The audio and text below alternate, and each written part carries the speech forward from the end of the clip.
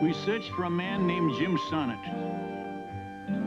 And the legends folks tell may be true. Most call him gunman and killer.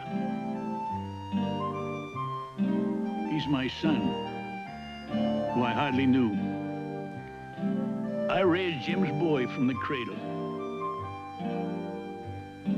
Till the day he said to me, I have to go find my father. And I reckoned that's how it should be. So we ride, Jim's boy and me. Yeah, but the boy ain't fit to ride till morning. Well, I can ride, Grandpa. All right, then. The animals ain't fit to ride. How far do you think we're going to get on tired stock? Besides, I ain't showing my back to no one. I want to thank you, mister, but I reckon we'll stay till sunup. Oh, whatever you say. I'll have your horses geared and ready then. It's fine. Much obliged to you.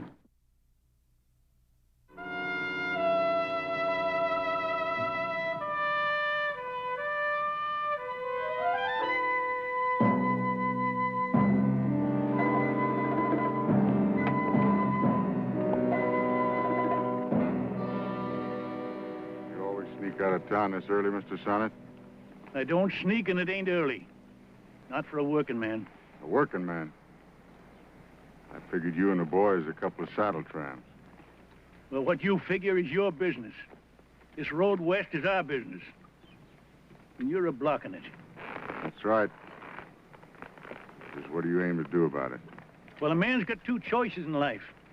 He can proceed along the path he chooses, or he can turn his back and retrace his steps. And I figure we'll proceed. Well, that may take some doing. What about you, boy?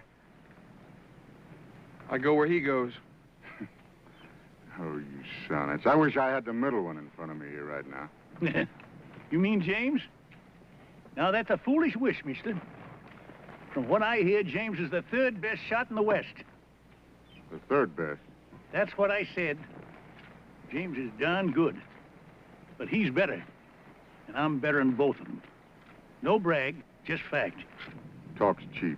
So is life when a man lays it on the line for no good reason. Now, you're blocking our way, mister.